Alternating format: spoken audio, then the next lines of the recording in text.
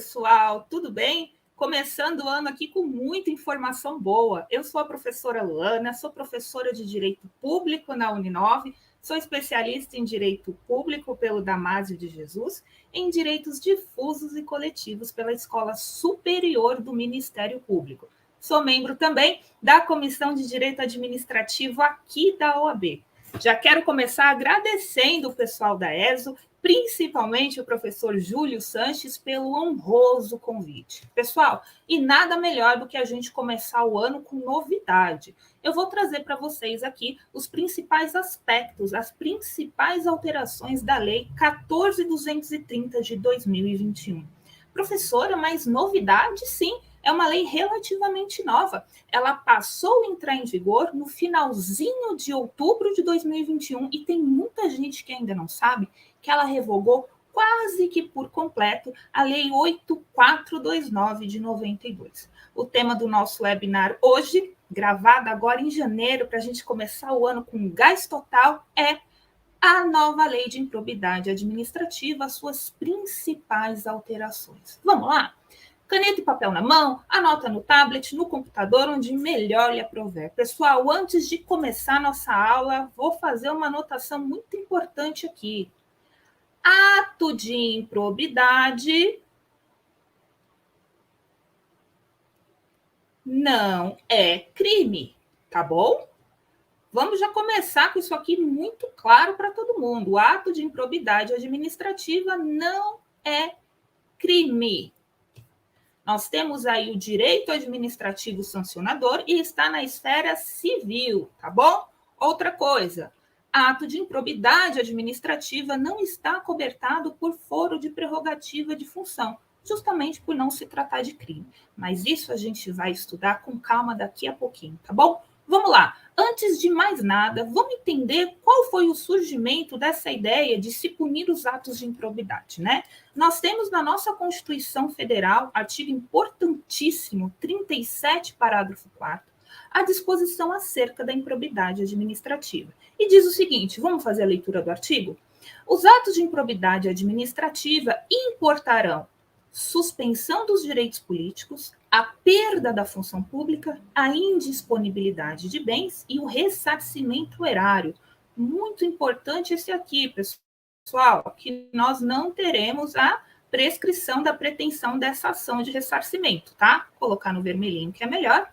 Na forma e na gradação previstas em lei. Que lei?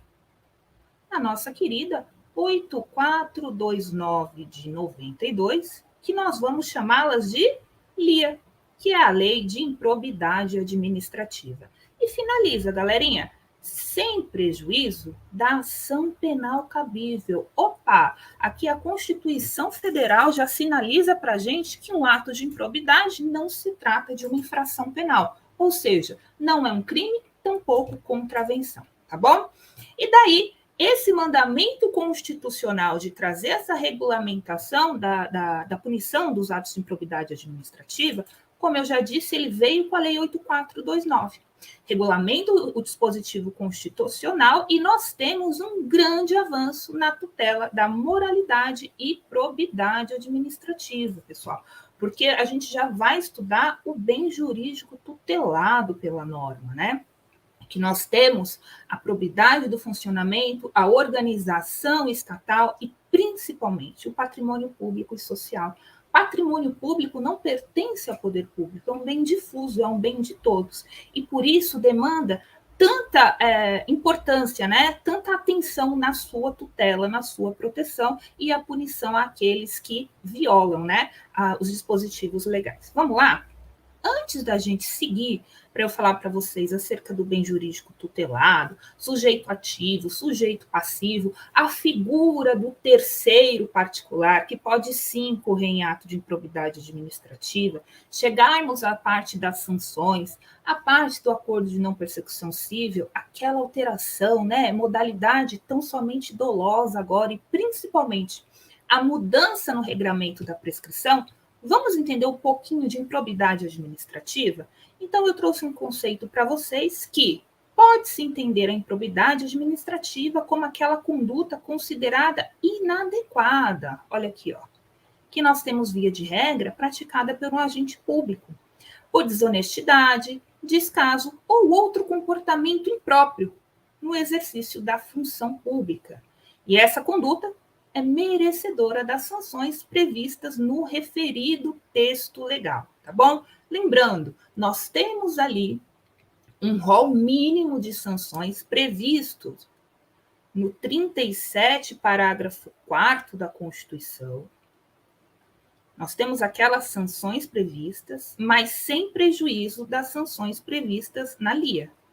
O STF ele já entendeu ser plenamente constitucional outras sanções além daquelas previstas constitucionalmente, tá bom? Seguindo, improbidade administrativa. Um ato de improbidade administrativa configura uma conduta violadora da ética pública. Aquele comportamento ético, probo, com retidão, que se espera do agente público, tá? Então, nós temos a concretização daquele mandamento constitucional com a Lei 8429. Então, pessoal, improbidade administrativa é toda aquela conduta praticada por um agente público, no primeiro momento, sabendo que nós temos como sujeito ativo também a possibilidade do terceiro particular, mas é toda aquela conduta praticada por agente público que vai contra a moralidade, a eticidade, a honestidade no trato da coisa pública. Tá bom? Então, nós temos aí essa ideia de improbidade administrativa. Outrora, antes da alteração legislativa de 2021, pela 14.230, nós tínhamos na 8429 um rol de condutas previstos nos quais, lá no artigo 10, era cabível a modalidade culposa de atos de improbidade administrativa. Então, eu já adianto para vocês que uma das maiores alterações nessa lei foi a necessidade do dolo. Afastou-se a modalidade culposa nas ações de improbidade administrativa, nos atos, nas condutas de improbidade administrativa, e agora somente serão processadas e sancionadas aquelas praticadas com dolo, a vontade livre e consciente de praticar o ilícito. E veremos adiante que não tão somente o dolo genérico, como se esperava, mas aqui, na Lei de Improbidade Administrativa e nos atos de improbidade previstos em outras leis também, há necessidade do dolo específico, qual seja, de praticar o ilícito previsto naquele tipo legal, tá bom? Só lembrando para vocês, pessoal, os atos de improbidade administrativa, mormente, estão inseridos na Lei 8429 de 92, tá? Embora tenhamos essa grande alteração pela 14.230, ela permanece com o mesmo nome e o mesmo número, tá bom? Então, ainda é a Lei 8429. Nós temos lá nos artigos 9, 10 e 11 quais são as condutas que podem configurar um ato de improbidade administrativa, desde que praticadas dolosamente. Só que elas não se esgotam ali. Nós temos, por exemplo, no decreto que trata dos crimes de responsabilidade do prefeito, mais uma conduta de improbidade administrativa, que, fazendo uma interpretação sistemática, também terá que ser praticada com dolo específico para que seja punida. Assim como temos mais uma conduta em outra lei, que é no nosso Estatuto da Cidade, que diz que aquele prefeito que incorrer em alguma ilegalidade, não elaborar o plano diretor ou não fazê-lo de acordo com a norma, também poderá incorrer em improbidade administrativa. Lembrando, o dolo está presente tanto no âmbito da 8429 quanto na legislação esparsa. Tá bom? Vamos lá, pessoal. Já sabemos o que pode se configurar, o que é a improbidade administrativa, né? Mas vamos saber um pouquinho acerca do bem jurídico tutelado? O parágrafo 5º do novo artigo 1º, que essa lei foi quase toda modificada, tá, pessoal? Ele traz de forma clara os bens jurídicos tutelados pela norma. Vou mudar a cor aqui para vocês, de modo que fique mais destacado, e diz o seguinte, ó.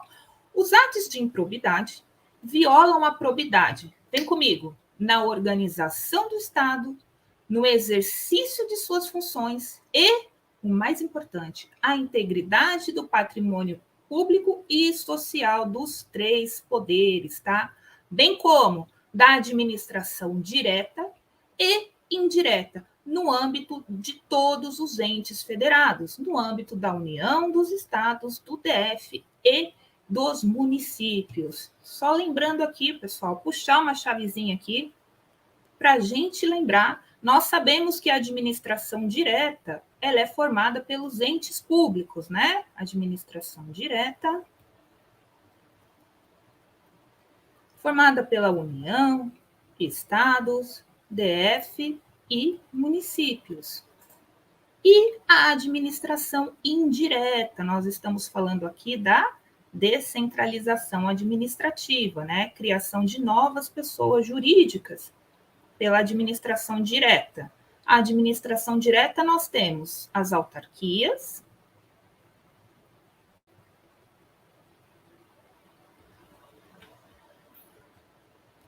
as fundações públicas,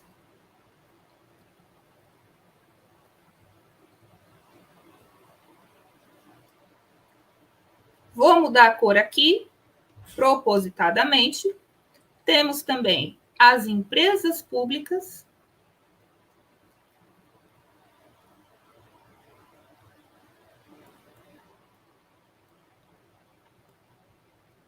e as chamadas sociedades de economia mista. Essas duas aqui, pessoal, são pessoas jurídicas de direito privado. Todas as demais são pessoas jurídicas de direito público, tá bom? Então, quando o legislador ele traz lá no parágrafo 5º do artigo 1º que o bem jurídico tutelado é a probidade na organização do Estado e no exercício de suas funções, bem como a integridade do patrimônio público e social dos três poderes, ele traz na administração direta, União, Estados, DF e município, bem como na administração direta criada por esses entes. Lembrando, a administração indireta, autarquias, fundações públicas, sociedade de economia mista e empresas públicas. Essas duas últimas são pessoas jurídicas de direito privado, tá bom? Sujeito ativo, pessoal. Lembrando aqui um conceitinho básico de sujeito ativo que cabe para todo o ordenamento, tá? O sujeito ativo de uma infração é aquele que comete o ilícito, comete aquela conduta proibida pela norma ou não permitida, né? Somente uma pessoa natural ou jurídica, de forma isolada ou associada a outras, pode ser sujeito ativo de uma conduta ilícita prevista na norma. Não confundam, tá, pessoal? A gente não está falando de um ilícito penal, estamos falando de uma conduta ilícita prevista na norma. Nós temos ilícitos de natureza civil, de natureza administrativa, de natureza tributária, de natureza penal.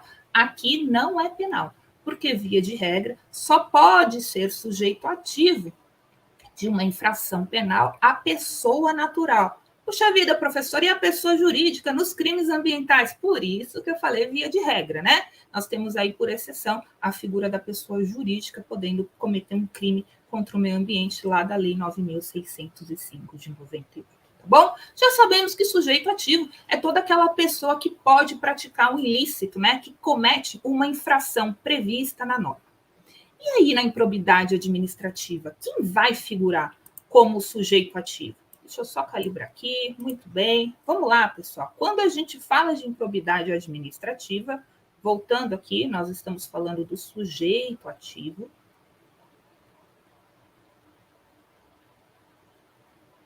A lei diz o seguinte, no que tange à improbidade administrativa, o agente público, principalmente, será o sujeito ativo da prática dos atos previstos na lei. E, no que couber, aquele que, mesmo não sendo agente público, olha aqui a figurinha do particular.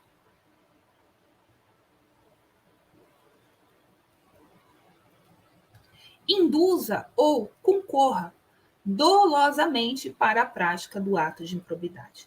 Vejam, pessoal, que o dolo ele é exigido tanto para o agente público, para a conduta do agente público, quanto para o terceiro particular, que induza ou concorra, tá bom? Para a prática desse ato de improbidade. E a lei ela traz uma definição bem ampla do que é considerado um agente público.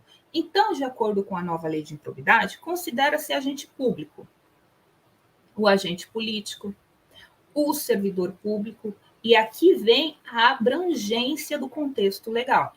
E todo aquele que exerce, cuidado, ainda que transitoriamente ou sem remuneração, por eleição, nomeação, designação, contratação ou qualquer outra forma de investidura ou vínculo, mandato, cargo, emprego ou função nas entidades elencadas no tópico anterior. Que entidades, pessoal? Nos 3 poderes constituídos da República, bem como na administração pública direta e na administração pública indireta também, tá bom? O que eu quero trazer para vocês? Havia uma discussão, tanto doutrinária quanto jurisprudencial, acerca do termo agente político, da expressão agente político. Afinal, quem pode ser abrangido por essa expressão agente político da lei de improbidade administrativa? Ocorre que qual era a discussão, pessoal? Por haver uma lei específica para os crimes de responsabilidade, que nós sabemos que não são crimes, né? São infrações político-administrativas, por já haver uma lei específica, que é a 1079 de 50, parte da doutrina e parte da jurisprudência entendia que seria um bis in idem. Punir um agente político tanto pela 1079, que é a lei dos crimes de responsabilidade, quanto pela lei de improbidade administrativa. O STF veio e colocou uma pá de cal nessa demanda, né, nessa celeuma, e diz o seguinte: olha, todo e qualquer agente político, exceto o presidente da República, está sujeito ao duplo regime sancionatório. Ou seja, se ele incorrer no ato de improbidade previsto na lei dos crimes de responsabilidade, bem como na LIA, ele terá o seu sancionamento em cada uma dessas leis, de acordo com o regime jurídico de cada uma dessas leis, tá bom? Exceto o presidente da República.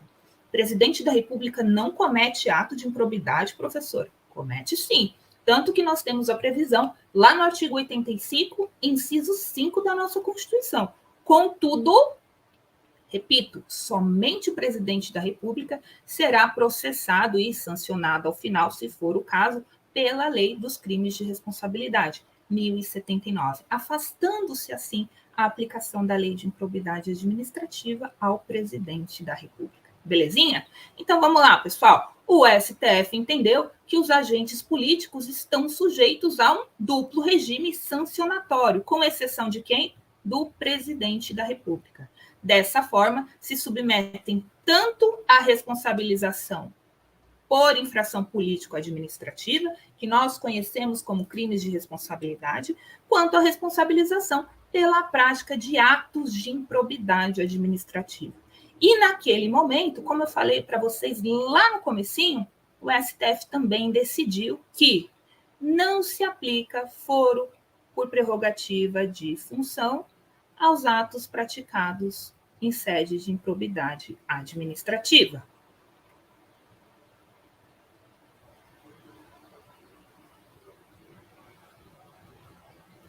E aí, quem será o juiz competente? Tá tudo na LIA, pessoal. Nós não temos foro por prerrogativa de função.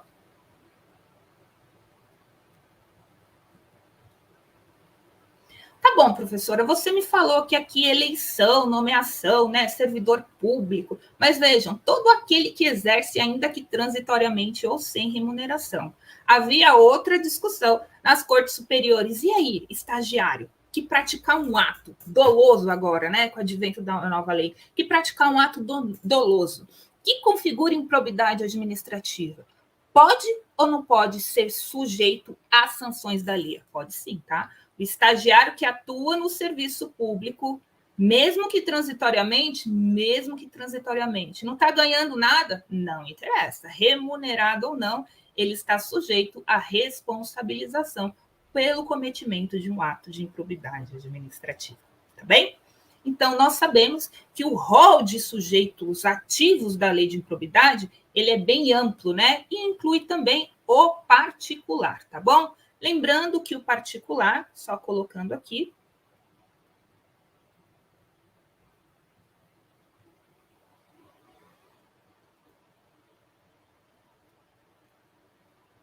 que induza,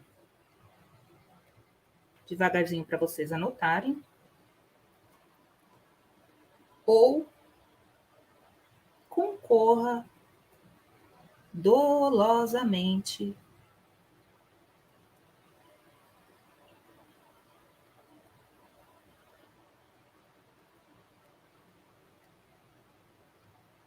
para a prática do ato de improbidade administrativa está sujeito às sanções previstas no diploma legal.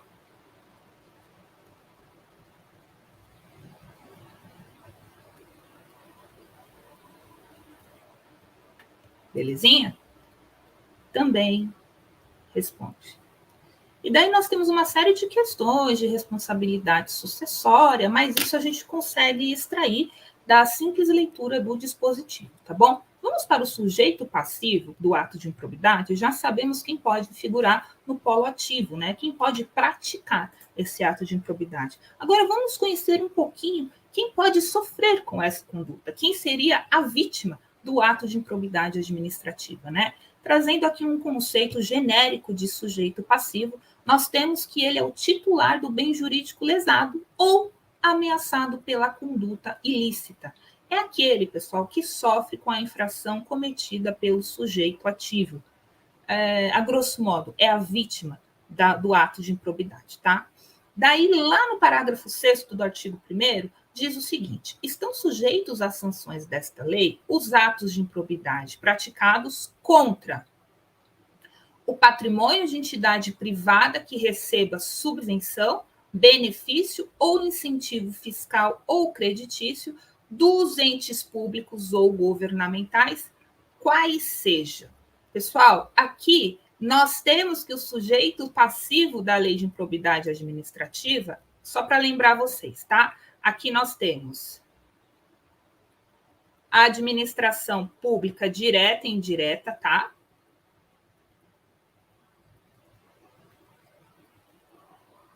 Todos aqueles que compõem a administração pública direta ou indireta, que eu já citei para vocês no momento que eu trouxe o bem jurídico tutelado, mais patrimônio de entidade privada que receba qualquer tipo de subvenção, benefício ou incentivo.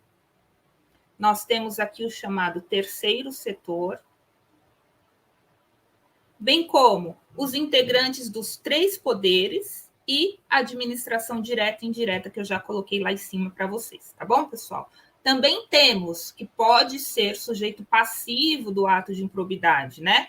A entidade privada para cuja criação ou custeio o erário haja concorrido ou concorra com o seu patrimônio ou receita atual. Aqui a gente tem uma limitação do legislador, ó, limitando o ressarcimento de prejuízos, nesse caso, a repercussão do ilícito sobre a contribuição dos cofres públicos. Ou seja, os cofres públicos contribuíram para uma criação ou custeio de uma entidade privada com 50 milhões. Houve uma condenação juntamente às sanções de improbidade com o ressarcimento ao erário, né? Então, eles não poderão ter que pagar mais do que esses 50 milhões. É isso que o legislador traz com o limite do ressarcimento de prejuízos limitado à repercussão do ilícito sobre a contribuição dos cofres públicos. Houve uma contribuição dos cofres públicos de X, não poderá ser mais X o valor desse ressarcimento, tá bom?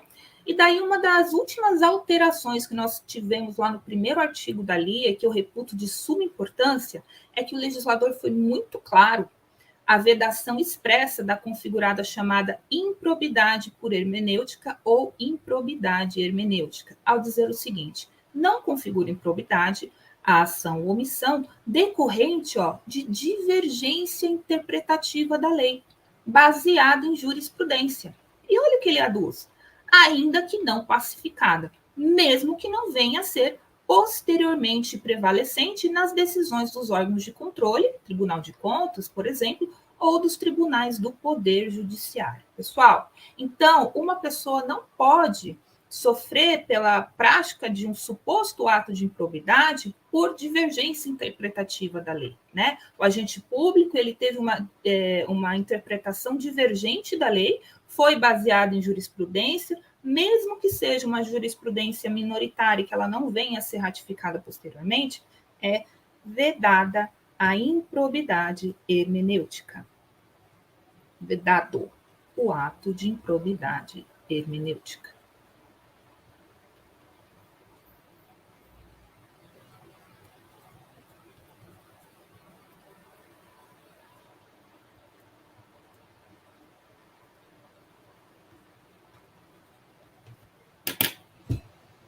Uma aguinha rapidinho.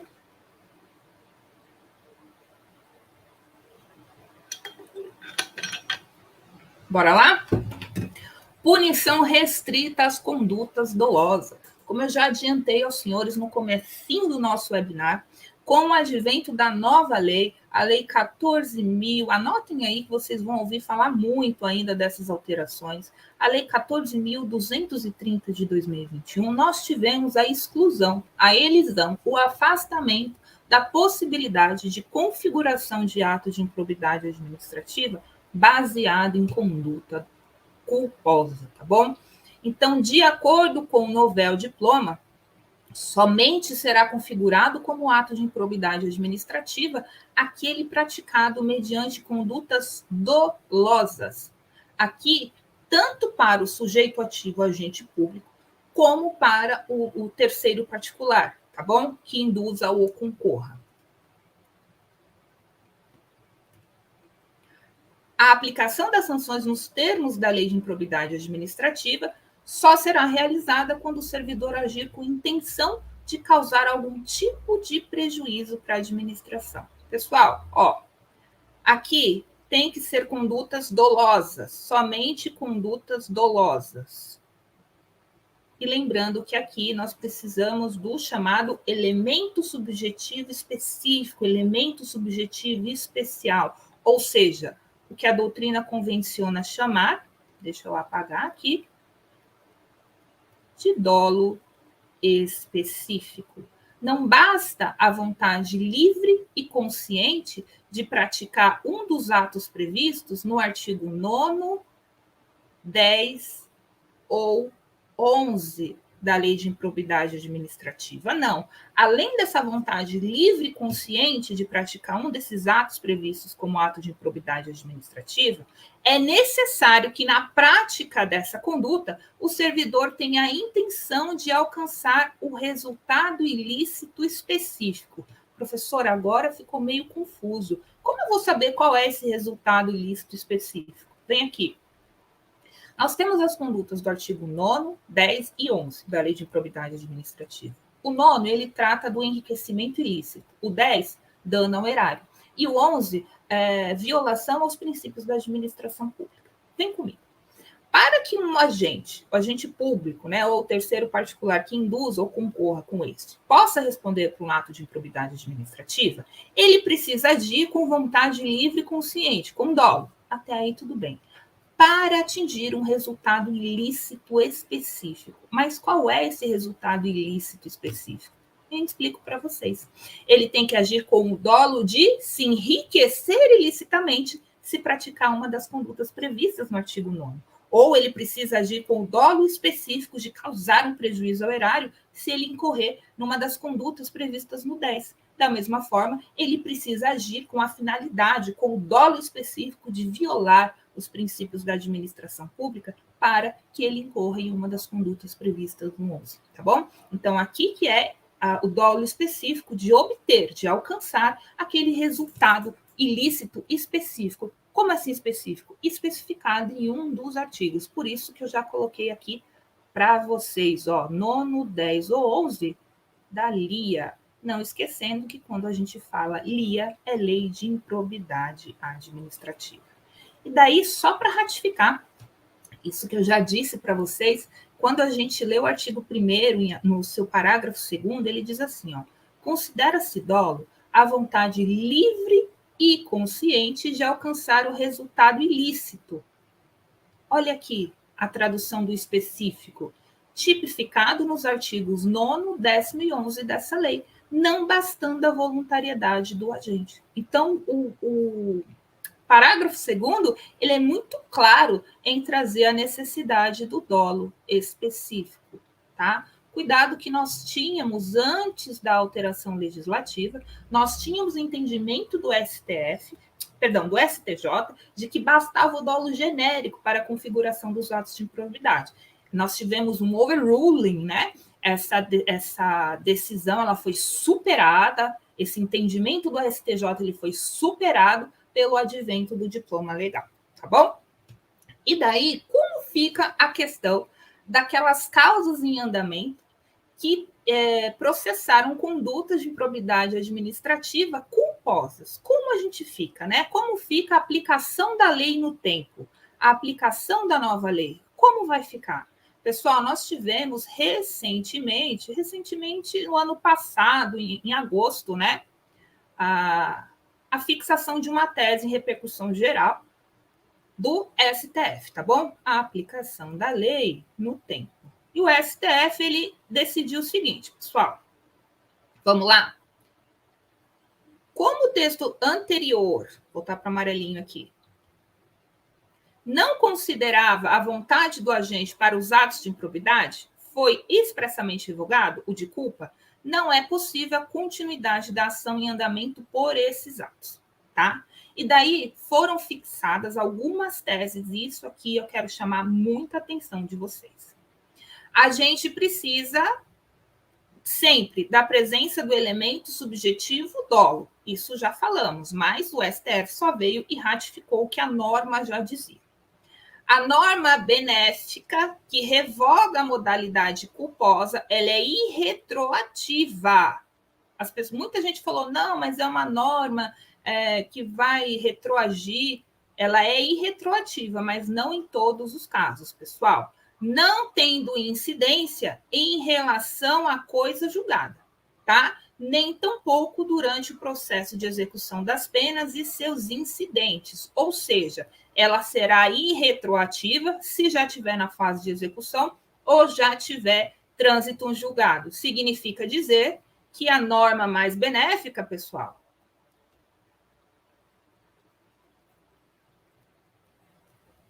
ela retroage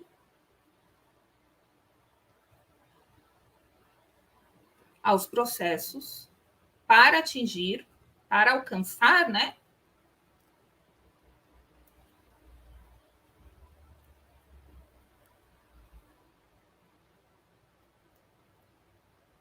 processos em curso.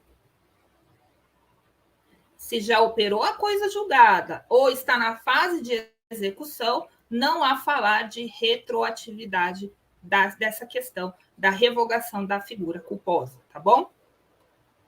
Vamos lá. E daí, só ratificando o que eu já disse para os senhores, a Lei 14.230 de 2021 aplica-se aos atos de improbidade administrativa culposos praticados na vigência do texto anterior. Porém, desde que não tenha condenação transitada em julgado, tá bom? Aí o juízo competente vai analisar eventual dolo por parte do agente. Se tiver dolo, continua. Outra alteração importante aqui, pessoal. Vamos anotando aí, é bastante coisa, mas olha, depois desse webinar aqui, dessa mini aula, vocês vão sair, ó, craques em nova lei de improbidade administrativa. Vamos lá, pessoal. 8429 anterior. De quem era a legitimidade para propor ação de improbidade administrativa? Nós tínhamos lá de forma expressa na lei.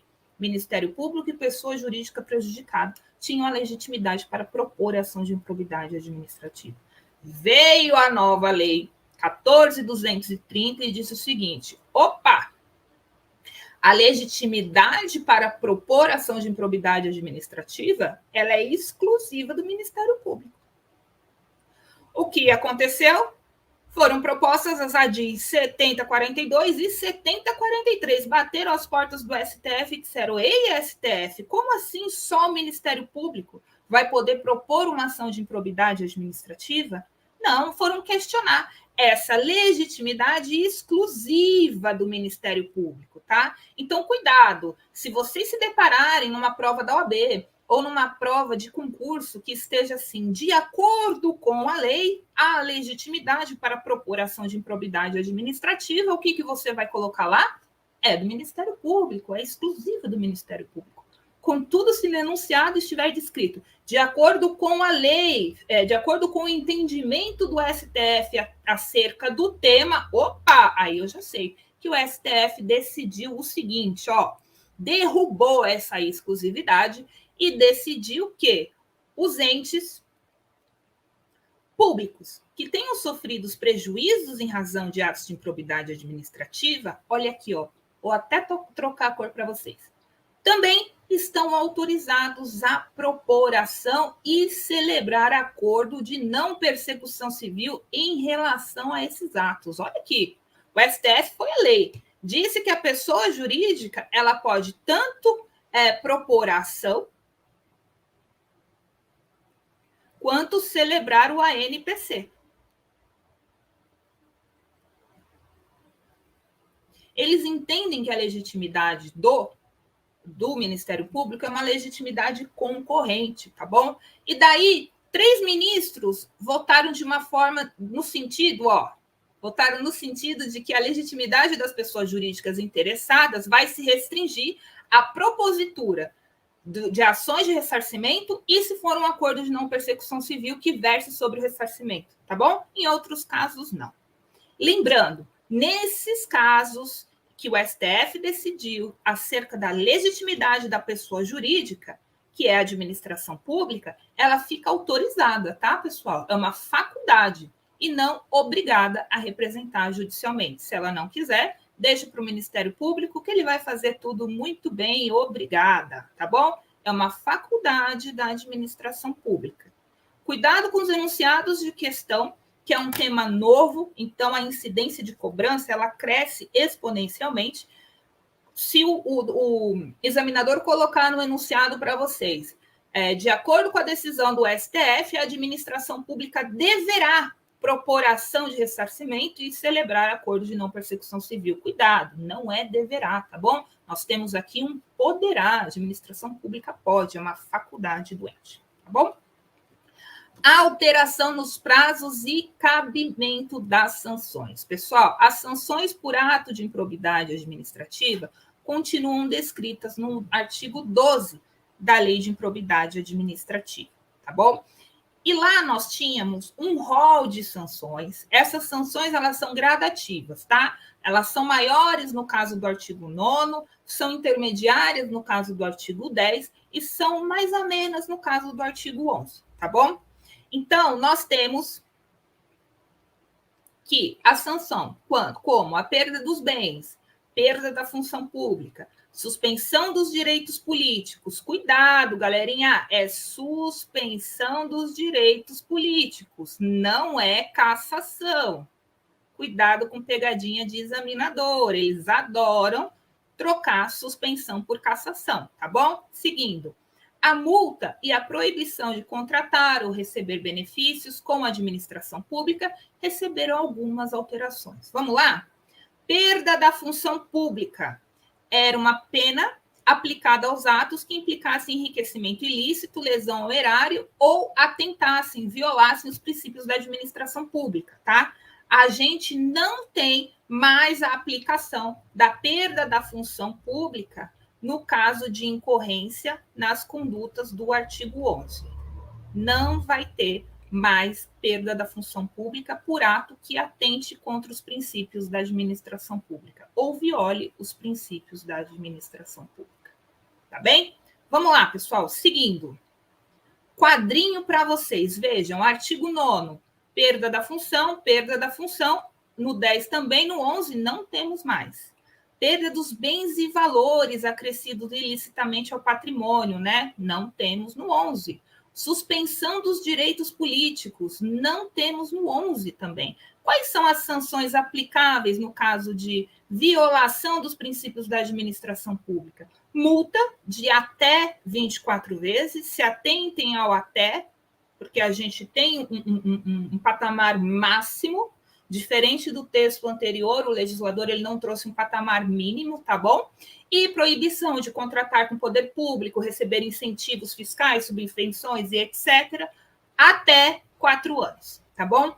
Artigo 9º, que é a mais grave, que é o enriquecimento ilícito, né? Enriquecimento ilícito, vou colocar aqui para vocês não esquecerem. Aqui é dano ou prejuízo ao erário.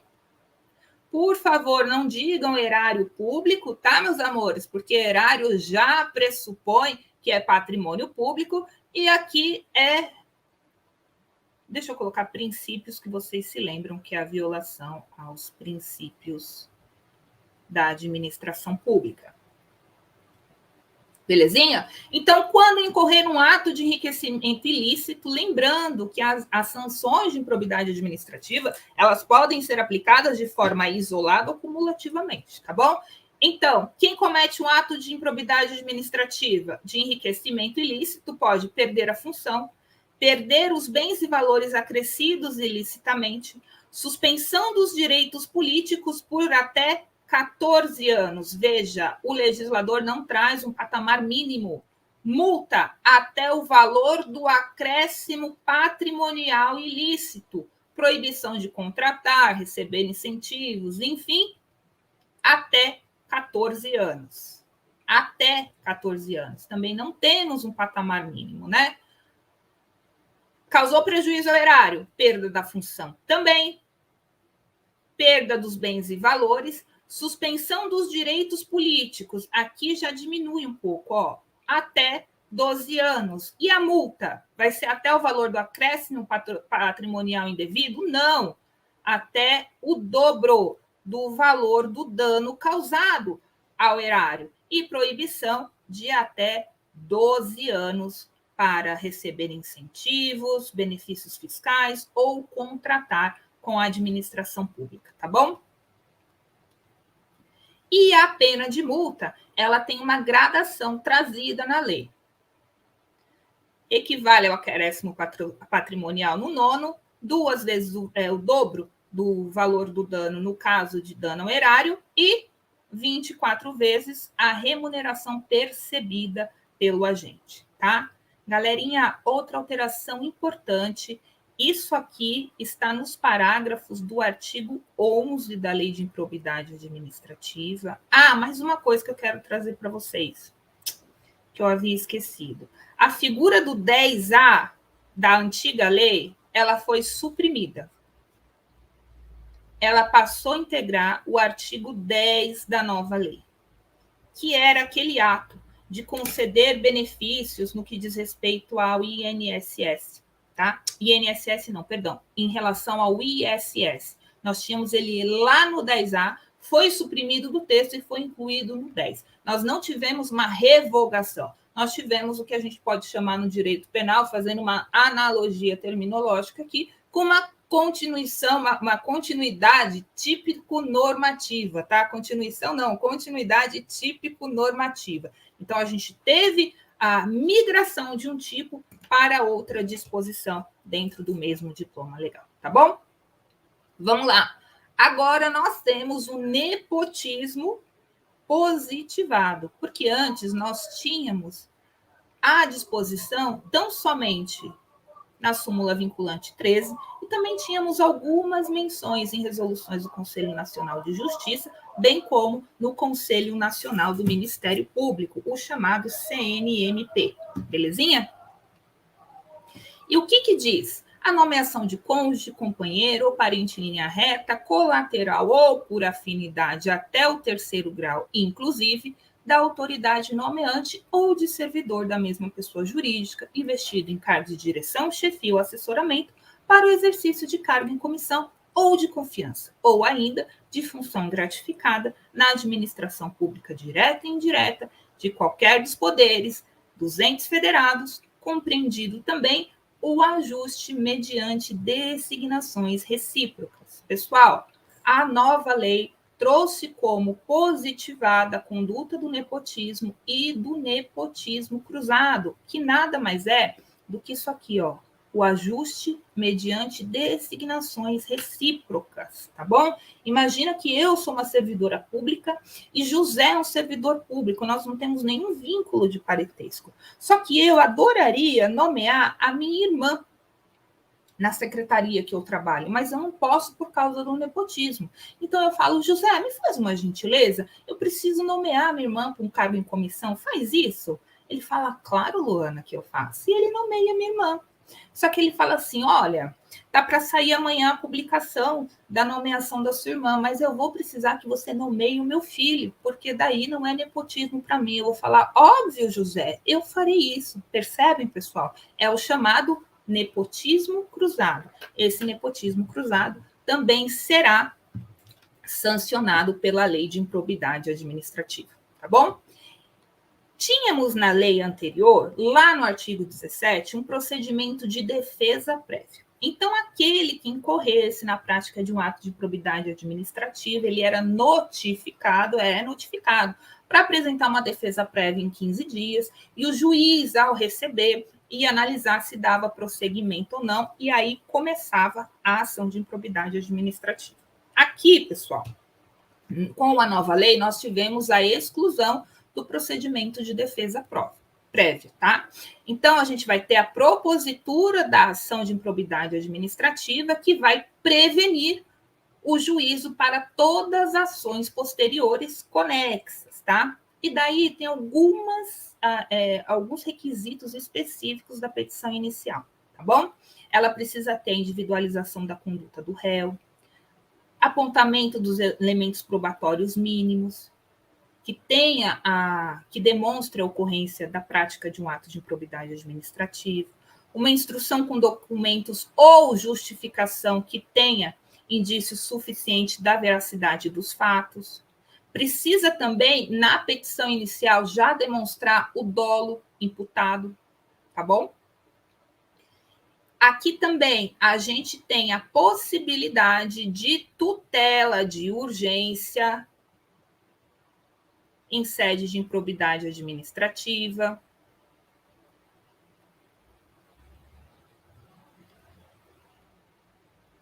É a tutela de urgência, porque a lei é clara, fala do 294 ao 310. Presentes os elementos do fumus bonis iuris e o periculo in mora, o MP poderá, veja, não é dever, faculdade do MP, requerer as tutelas provisórias adequadas e necessárias, nos termos dos 294 a 310. É muito singela essa dica aqui. Mas, pessoal, onde que está a tutela de evidência? A tutela de evidência está no 311.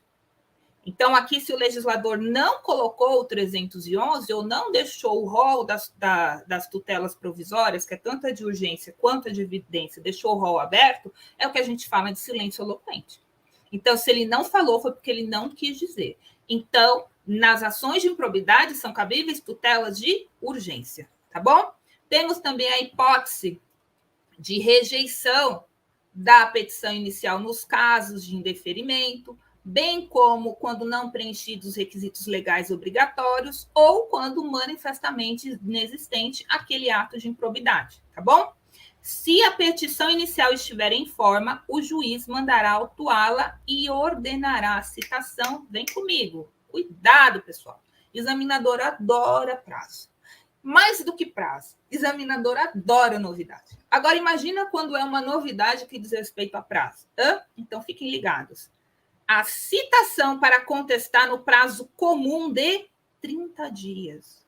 Prazo comum de 30 dias. Pessoal, tenham em mente que nós temos a aplicação do Código de Processo Civil aqui de forma subsidiária e no que couber.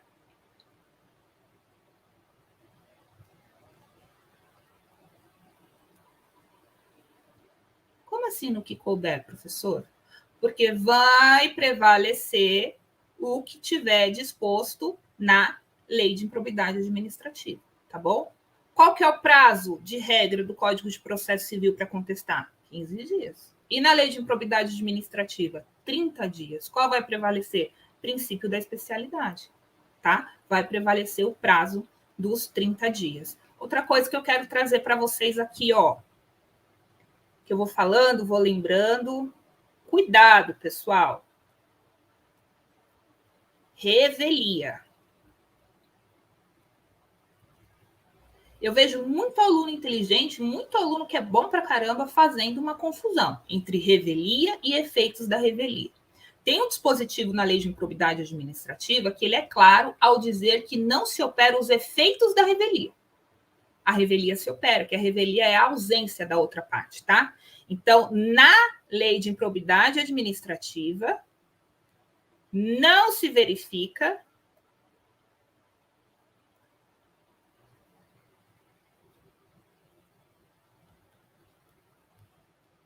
a ocorrência dos efeitos da revelia. tá? Cuidado.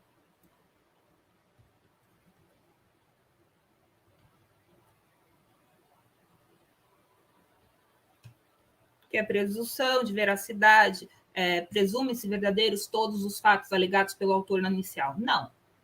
Se o réu não comparecer, ele vai ser réu, mas não serão reconhecidos os efeitos da revelia. A mesma coisa aqui, só fazendo um gancho, tá, pessoal? Ocorre no processo administrativo, no PAD da Lei 9784, e a mesma coisa ocorre no processo administrativo disciplinar no âmbito da OAB. Mesma coisa. Tem revelia? Não apareceu, já operou a revelia, que é diferente de verificar a ocorrência dos efeitos da revelia. Tá bom? Belezinha?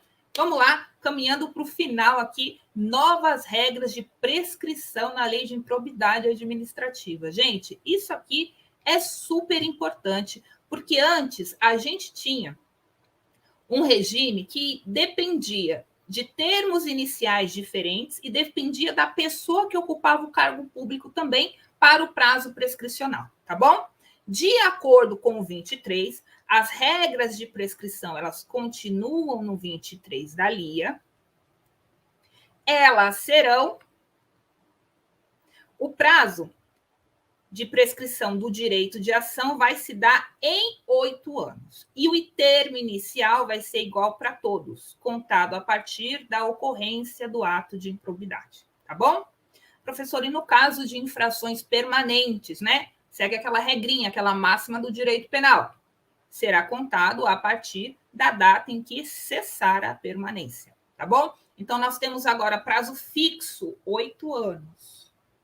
Prazo inicial de contagem desse momento inicial de contagem desse prazo, ocorrência do ato de improbidade. Diferente do que nós tínhamos na outra lei, né? Que tinham termos iniciais diversos e se dava aí em 5 anos. Não, agora a gente tem 8 anos, o mesmo prazo inicial, tá bom? E aí, professora? Aquela celeuma, né, na doutrina, na jurisprudência, muita discussão, prescrição é norma de direito material, vai retroagir, porque é direito administrativo sancionador, e segue os ditames do direito penal, logo vai retroagir. Opa, não foi bem assim que o STF decidiu, tá bom? O STF decidiu que o novo regime prescricional previsto na Lei de Improbidade Administrativa é retroativo. Ou seja, ele só vai ter vigência, só será aplicado a partir de 26/10/2021. E antes disso, é aquele regime da 8429 sem alterações, tá bom? Vamos lá? O STF já decidiu que o novo prazo prescricional previsto na 14.230 é irretroativo, aplicando-se os novos marcos temporais a partir da publicação da lei. Lembrem-se, finalzinho de outubro de 2021, que eu não acho que se o examinador for cobrar isso, ele vai trazer uma norma. Mas se ele uma data, mas se ele trouxer uma data, você já sabe que diz respeito à irretroatividade ou não. Isso já é um sinal do examinador, tá, pessoal? Sempre prestar bastante atenção no que o examinador está falando ali no comecinho, no enunciado, que ali o examinador sempre te dá pistas, tá? Seja de uma questão de alternativa, seja até mesmo uma questão discursiva.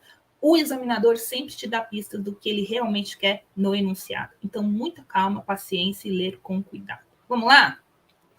Acordo de não persecução civil. Opa, justiça negociada, né? Justiça consensual. Nós chegamos aqui ao que o professor Mauro Capelletti, um jurista italiano, processualista famosíssimo, chama de terceira onda renovatória do direito, né? De acesso à justiça. Primeira onda renovatória, tivemos lá com a ideia de justiça gratuita. Segunda onda renovatória, tutela dos interesses difusos e coletivos, né? A norma processual coletiva, o processo coletivo. E segundo Mauro Capelletti, ele diz que a terceira onda de acesso, né? A terceira onda renovatória da justiça são os meios consensuais de resolução de litígios, né? E primeiramente tivemos na esfera civil ali no âmbito do processo civil, com conciliação, mediação, depois veio para o processo penal, né? A gente teve ali os primeiros vieses dessa terceira onda renovatória na Lei 9.099, com a composição civil, a transação penal e a suspensão condicional do processo. Veio o pacote anticrime, Lei 13.964, e trouxe acordo de não persecução penal para o nosso Código Penal, bem parecido com o plea bargain, o Instituto Norte-Americano, também de negociação, né? Vamos lá. E daí, pessoal, fazendo um marco aqui teórico, um marco legislativo, até antes da Lei 13.964, do pacote anticrime, era vedado qualquer tipo de transação no âmbito da improbidade administrativa, tá? Tinha lá, era expressamente vedado.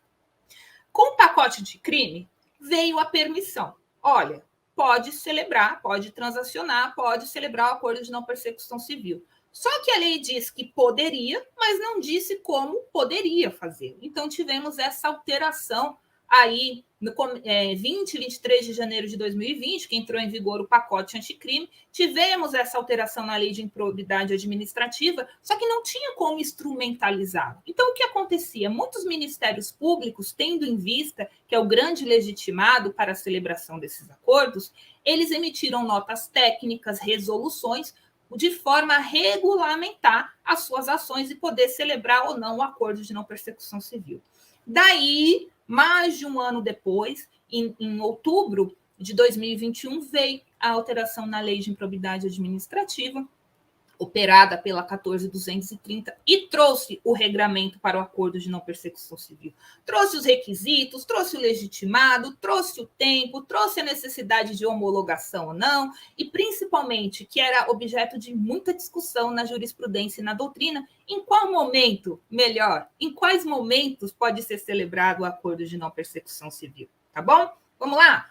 O acordo de não persecução civil consolida uma nova perspectiva do direito público brasileiro, superando o entendimento de que a resolução de conflitos de soluções negociais seria contrária ao interesse público primário aqui, tá bom, pessoal? Então, como eu já disse para vocês, foi trazido esse instrumento de consensualidade para o direito administrativo sancionador. Então, por meio desse acordo de não persecução civil, em troca do não ajuizamento da ação de improbidade, se celebrado extrajudicialmente, ou em troca da resolução do mérito da demanda durante o processo, as partes negociam a aplicação de uma ou de algumas sanções da lei de improbidade conforme a gravidade das condutas praticadas, tá bom?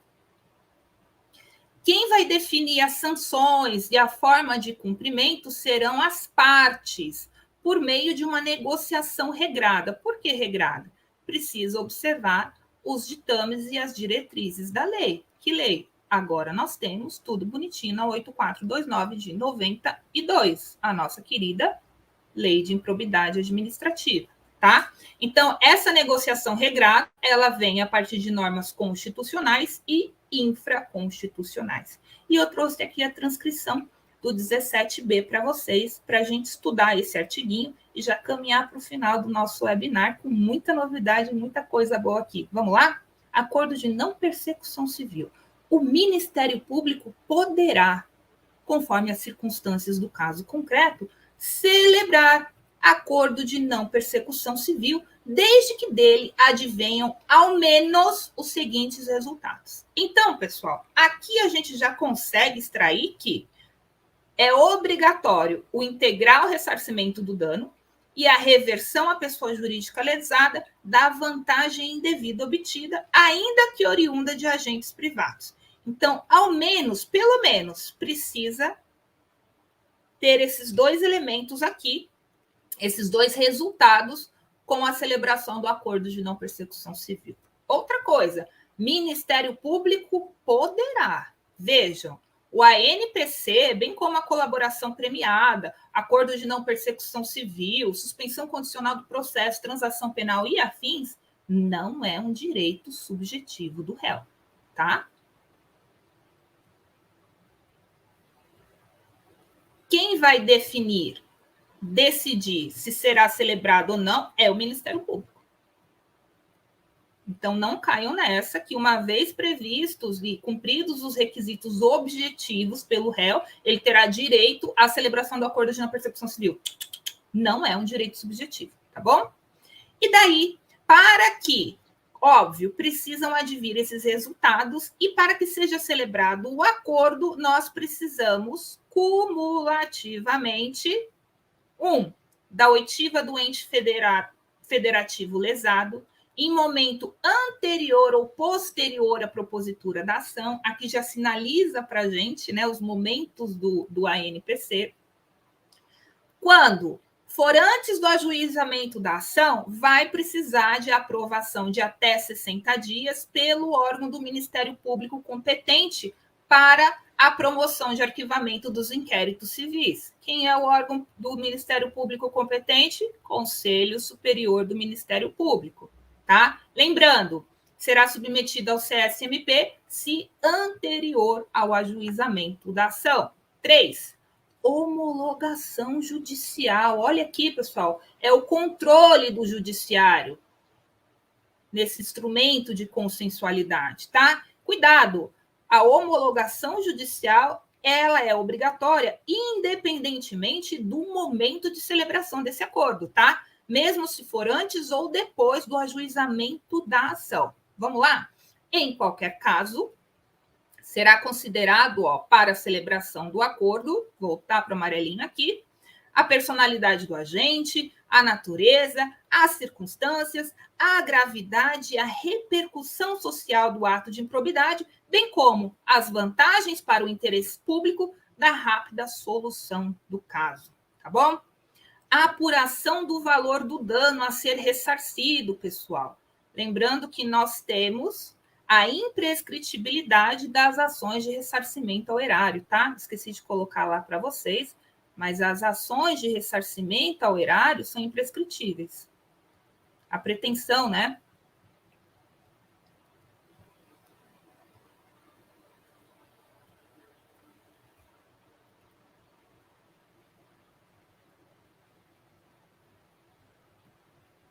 STF decidiu isso em 2018, trazendo uma interpretação conforme ao parágrafo 4º do artigo 37 da Constituição, dizer o seguinte: as ações de ressarcimento ao erário são imprescritíveis. Só que o STF dizia o seguinte: as ações dolosas que causarem dano ao erário são imprescritíveis. Espera aí, que deu tilt.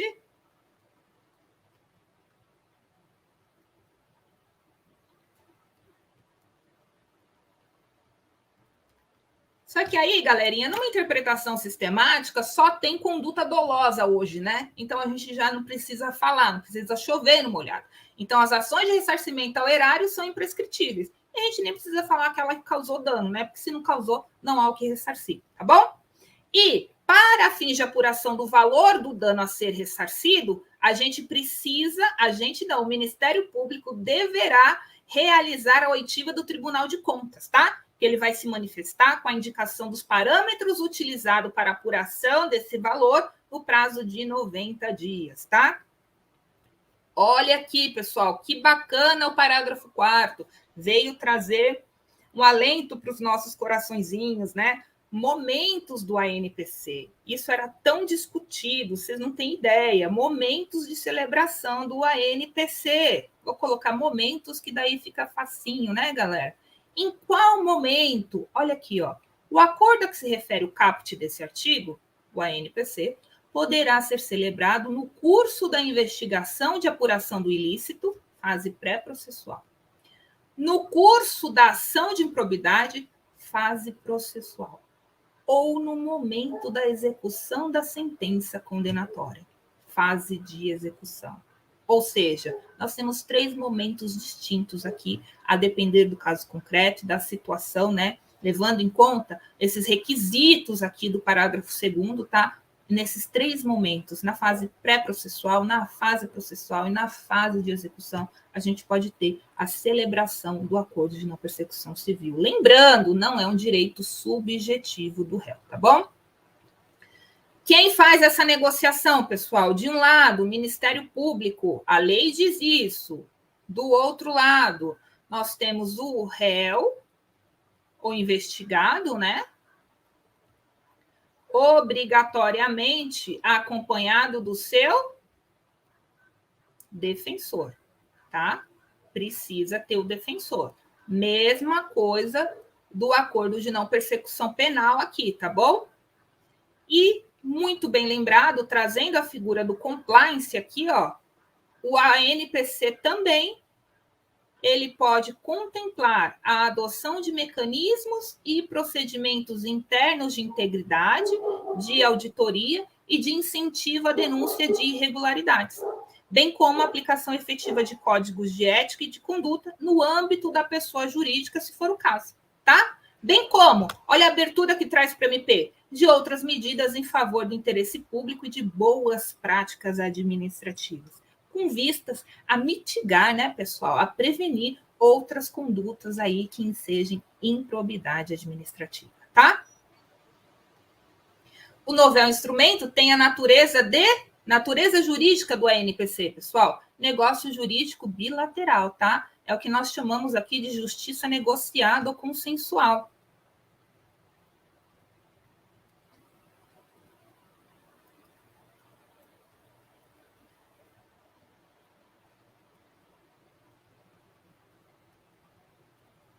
De um lado, nós temos o Ministério Público, de outro lado, o sujeito ativo do ato de improbidade administrativa, devidamente assistido por suas defesas técnicas, né? Lembrando, pessoal, que o princípio do devido processo legal, esculpido na nossa Constituição Federal, ele se aplica tanto aos processos judiciais como aos processos administrativos, tá bom? E aqui a gente tem o desdobramento lógico, né, que será assegurada a ampla defesa e o contraditório, tá bom? Pessoal, eram essas as minhas considerações acerca das principais alterações da Lei de Improbidade Administrativa, tá bom? Sem a menor pretensão de esgotar o tema, que tem bastante coisa legal ainda para ser estudado. Vale a pena, é uma lei super importante que tutela o nosso patrimônio público e social. Me sigam nas redes sociais, @aprofaluana. Espero que vocês tenham gostado e, acima de tudo, espero que vocês tenham aprendido. Um beijão, fiquem com Deus e sejam felizes.